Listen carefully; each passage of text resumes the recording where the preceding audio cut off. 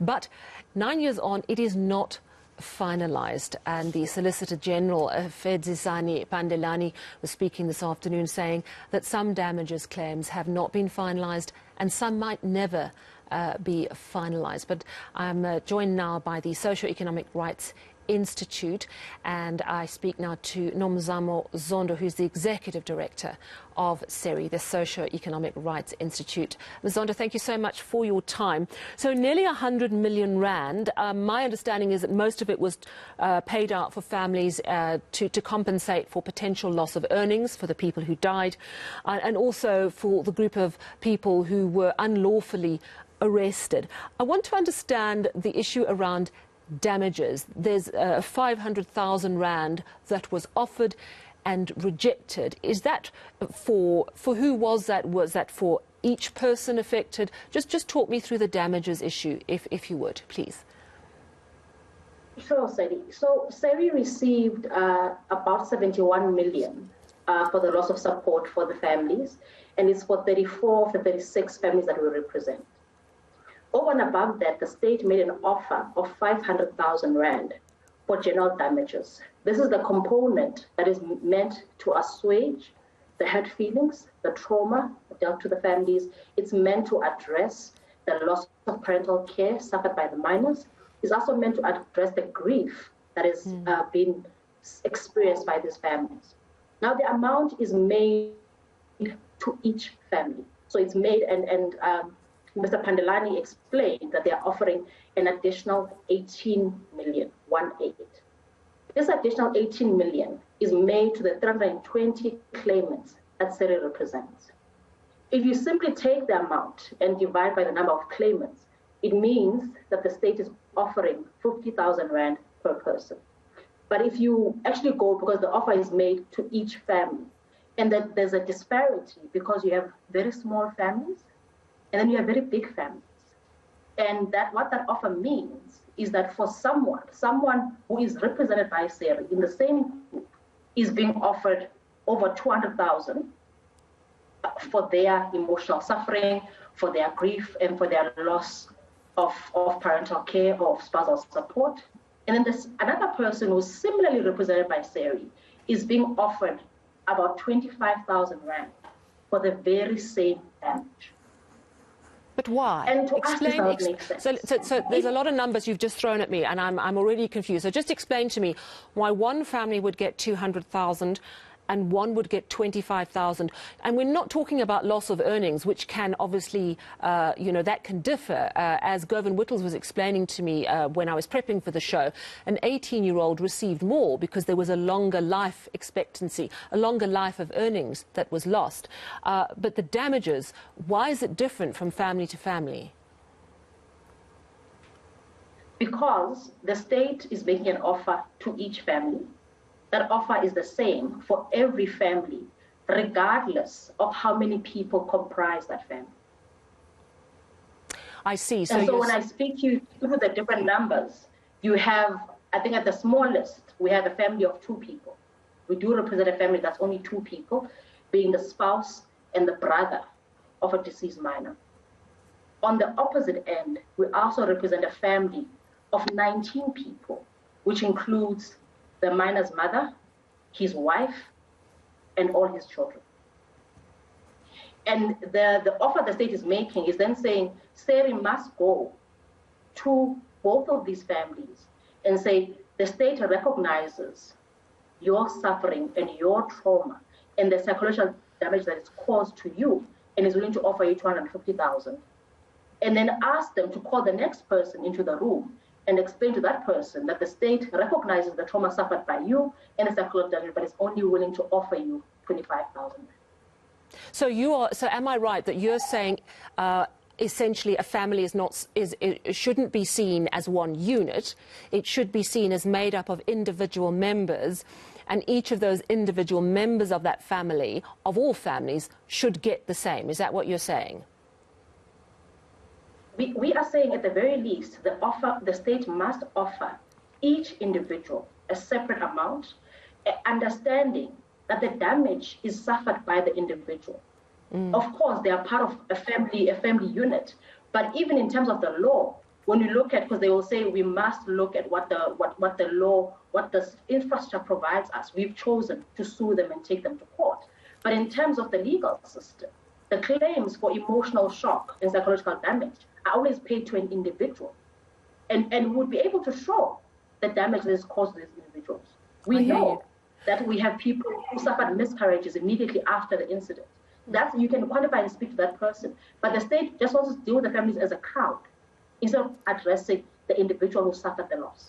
And before we just delve into this a little more, is this damages issue the last of the claims we're likely to see? Or is there going to be a long road ahead with other claims that are likely to be brought against the state? So when SERI launched this case, it asked for several things. So it asked for an apology. We still have not received it. It asked for the loss of support. As I've said, for 34 of the 36 families that we represent, that was paid. For one family, there was an offer. For another family, the state refused to compensate them altogether. And then we also asked, one, for them to provide funds for the families to consult medical experts like psychologists and counselors. We asked them then to then address the other heads of damages, being the emotional shock and psychological damage suffered by the families, to address the loss of parental care for the minor children, to address the grief that is suffered by each individual claimant. In fact, when we launched these claims in August 2015, we claimed 450,000 Rand per claimant under the damages that have not been addressed after loss of support. You know, I wanted to, it's interesting what you're saying about the damages claim, and I can absolutely understand that normally damages are paid to the individual. And if you're from a small family, two people were damaged emotionally by that. A large family, each person would have felt that damage the same way. What leverage do you have? What do you do now? You've rejected this. The state saying, well, we might not be able to solve all of this. At the end of the day, what leverage and what power do you have to push the state to award damages as you would like them to? So we engaged with them last year. So Mr. Pandelani refers to a date of October last year. At the engagement that we had with them last year in October, what we were saying was, you already agree that you are liable. Let's go to court and tell the court you accept liability, and you only have two issues that we don't agree on. The first issue is whether they are liable to pay the Nomzamo family's claim of loss of support, and then two, have a court adjudicate exactly what is fair to these claimants. And as I've explained, Sally, in the particulars of claim that we filed for each individual. We didn't just simply say for the Nomzamo family so much, for the Noki family so much. Each person was explained, even their relationship to the deceased was explained. And the only reason we haven't been to court is because they haven't responded to the proposal that we've made to say, these are the facts that we think are common cause or agreed between us that we can go to the court with, and have the court then determine exactly how much must be paid to the families. And I heard Mr. Pandelani say, we don't want to go to court. And in fact, that was our approach as well, was, okay, let's negotiate this and let's reach an agreement. But at every point, they've tried to offer as little as possible. And as I've said, put us in an almost impossible position. Because how do I, as a legal representative, really say to the client that I represent, I'm comfortable with the state treating you differently without any reason? So I have a final question for you, and it's one of whether you feel justice is in the process of being served. You mentioned that there has been no apology. At the same time, we know that nearly 100 million Rand has been paid out to these 34-plus families. But, again, you're explaining the damages issue is not being sensitively dealt with in your view. So where are we on justice for this? Because we are 9 years down the line. We are yet to see anyone truly account for what happened. Look, Sally, I think considering the issue of compensation, as an organization, we welcome even the approach of addressing the whole nation or what compensation has been paid to the victims. To be able to admit to the nation that we've only returned the minors' earnings to their families. We haven't paid anything else. In relation to the minors, we haven't paid any of the injured minors. We think that that's a starting point.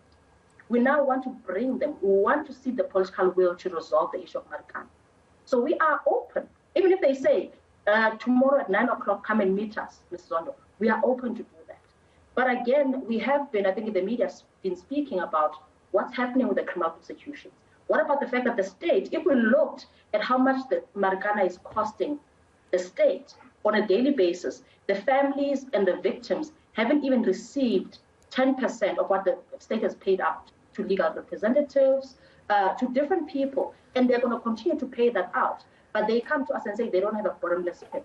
And we feel that the approach has to be, but one, we want to meet the victims where they are. We want to assuage their feelings of being second-class citizens. We want to reassure them that we will not do this again. We want to make sure that they feel respected, honored, that their right to dignity is returned to them. And that does mean that as a starting point, we cannot just simply say, we don't have money and therefore we can't talk to you. Our starting point has to be, what can we do? Yeah. And when we are stuck, be open about that. All right, thank you so much for chatting to us this evening. Much appreciated. Nomzamo Zondo, Executive Director of Socio-Economic Rights Institute, representing many of those who lost their lives, the families of those who lost their lives in Marikana 9 years ago.